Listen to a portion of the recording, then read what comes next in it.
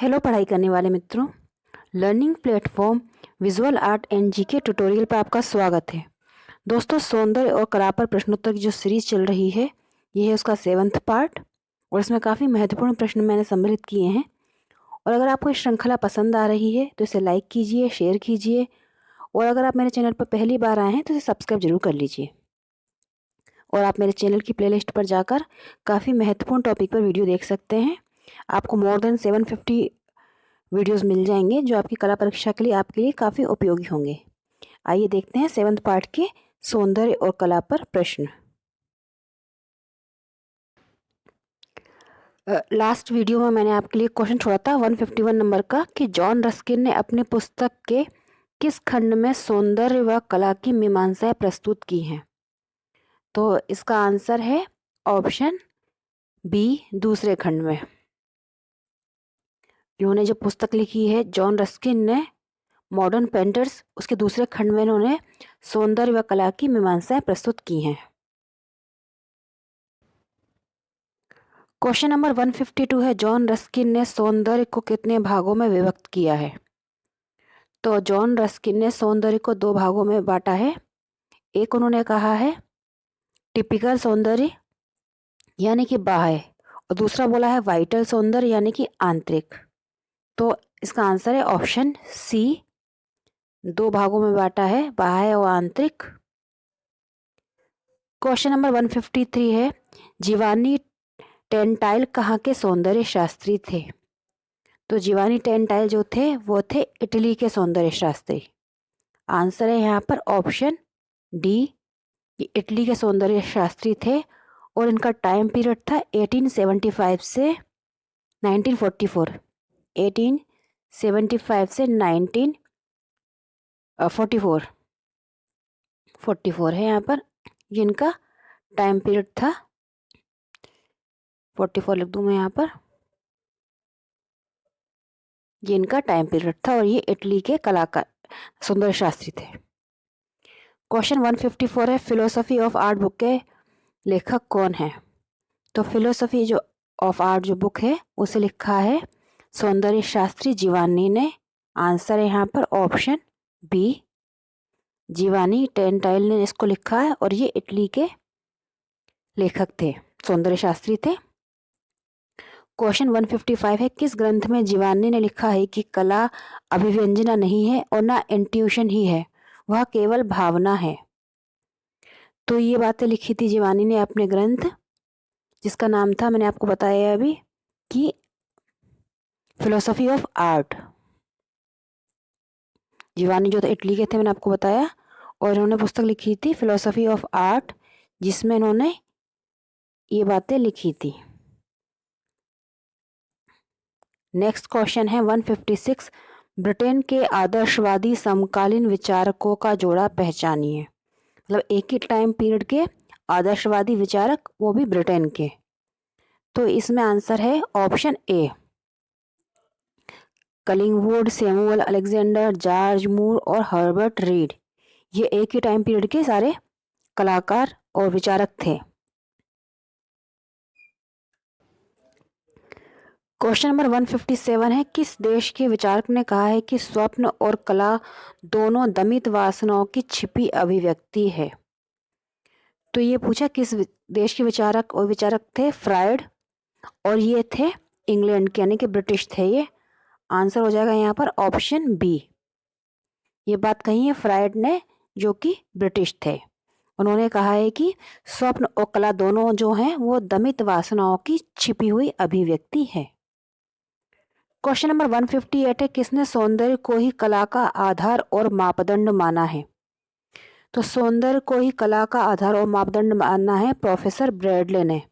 Answer है यहाँ पर ऑप्शन बी, प्रोफेसर ब्रैडले ने ये माना है। क्वेश्चन 159 है, जैक्वी मेरिन्ता किस देश के दार्शनिक थे। तो जैक्वी मेरिन्ता एक आधुनिक फ्रांसीसी दार्शनिक थे। आंसर है यहाँ पर ऑप्शन बी, ये फ्रांस के थे और इन्होंने कहा है कि कला का लक्ष्य जो है वो सौंदर्यानुभूति कराना होता है। याद रखिए, आप कॉपी लेकर लिख सकते हैं। इनके अनुसार कला का जो लक्ष्य है वो सौंदर्यानुभूति कराना होता है।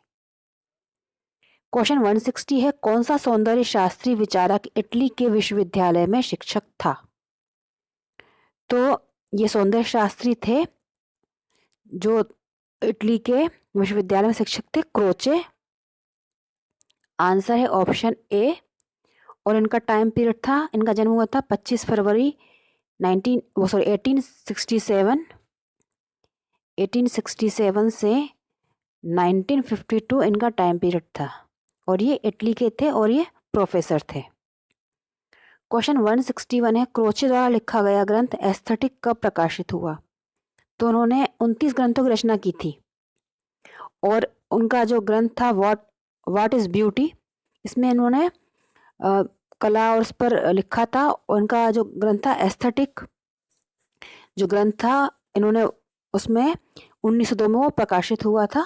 आंसर है यहाँ पर बी, क्रोचे द्वारा लिखा गया। इन्हें 29 ग्रंथ लिखे थे और कला क्या है, सौंदर्य क्या है, इस पर लिखा था एस्थेटिक नामक ग्रंथ में, जो 1902 में प्रकाशित हुआ था।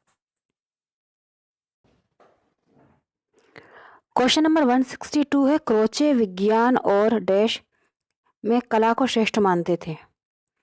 तो जो क्रोचे थे उनका कहना था कि विज्ञान और दर्शन दोनों से कला श्रेष्ठ है। विज्ञान और कला दर्शन से कला को श्रेष्ठ मानते थे। तो यहाँ पर आंसर हो जाएगा ऑप्शन ए। क्वेश्चन नंबर 163 है, एक्सप्रेशनिस्ट थ्योरी का सबसे प्रमुख प्रवर्तक कौन था? तो एक्सप्रेशनिस्ट थ्योरी जो थी उसके प्रवर्तक थे क्रोचे। आंसर है यहाँ पर ऑप्शन बी।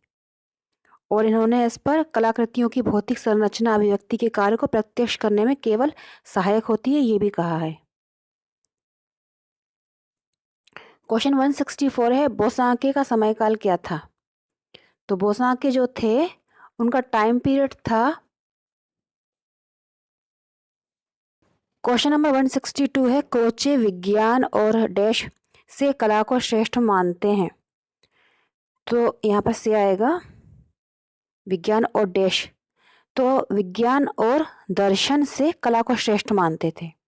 आंसर हो जाएगा यहाँ पर 162।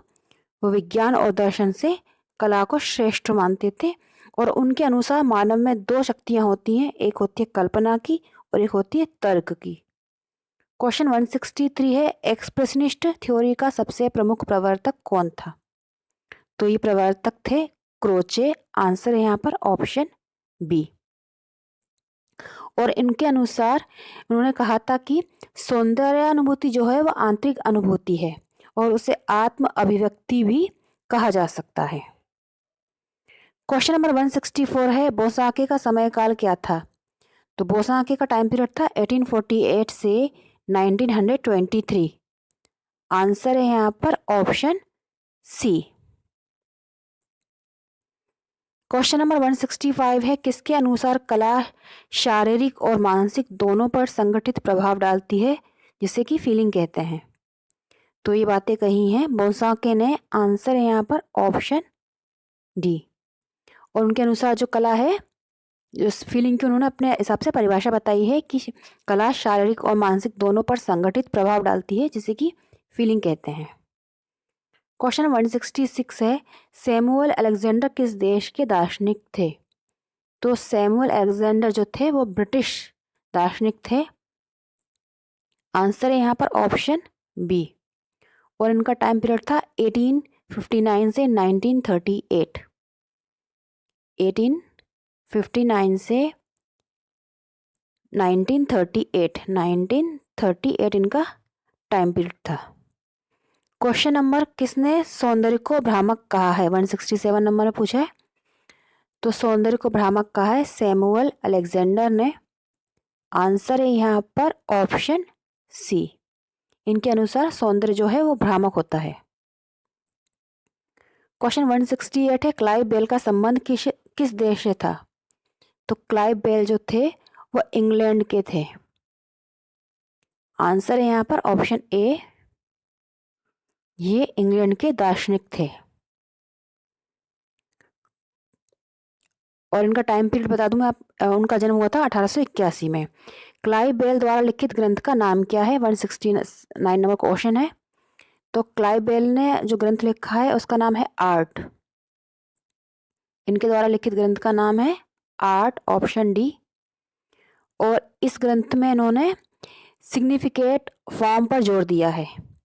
और सिग्निफिकेट फॉर्म वो होता है जिसमें कि कलाकृति में ये विद्यमान होता है जिसमें कलाकार के भावों की समुचित अभिव्यक्ति होती है, सिग्निफिकेट फॉर्म में। क्वेश्चन नंबर 170 है, किसने कहा है कि कला भावों की अभिव्यक्ति है?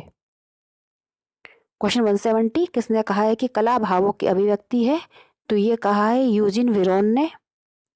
आंसर है यहाँ पर ऑप्शन डी, यूजिन वेरोन ने कहा है कि कला जो है वो भावों की अभिव्यक्ति है। क्वेश्चन 171 है, टॉल्स्टॉय का समय काल क्या था?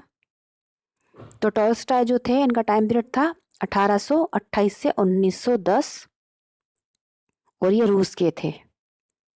आंसर है यहाँ पर ऑप्शन ए, 1828 से 1910 और ये रूस के सौंदर्य शास्त्री थे।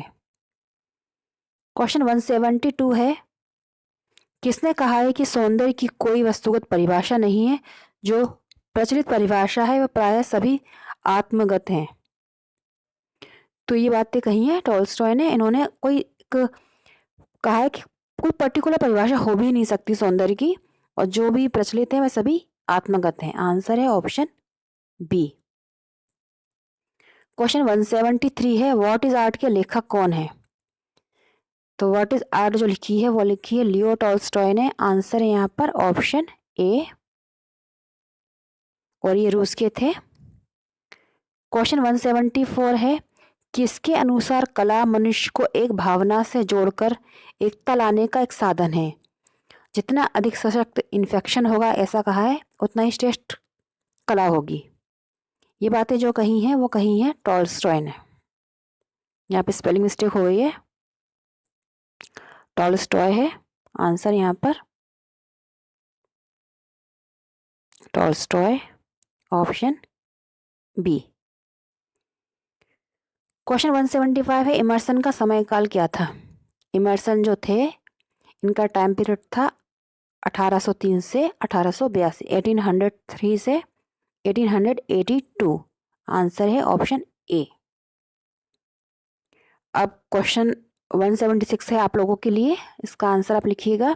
किसने कहा है कि सौंदर्य परमात्मा की हस्तलिपि है? ये क्वेश्चन मैं पहले भी करवा चुकी हूँ, अगर आपने सारे वीडियो देखे हो तो आप जरूर लिखिएगा इसका आंसर कि सौंदर्य परमात्मा की हस्तलिपि है। ये किसके अनुसार ये बात कही है, किसने कहा है? ऑप्शन है शोपेनहावर, एमर्सन, बर्कले या बेकन। और अगर आपको ये वीडियो पसंद आता है तो इसे लाइक जरूर करिएगा और कमेंट करके बताइएगा इसका आंसर। गुड लक, जय हिंद।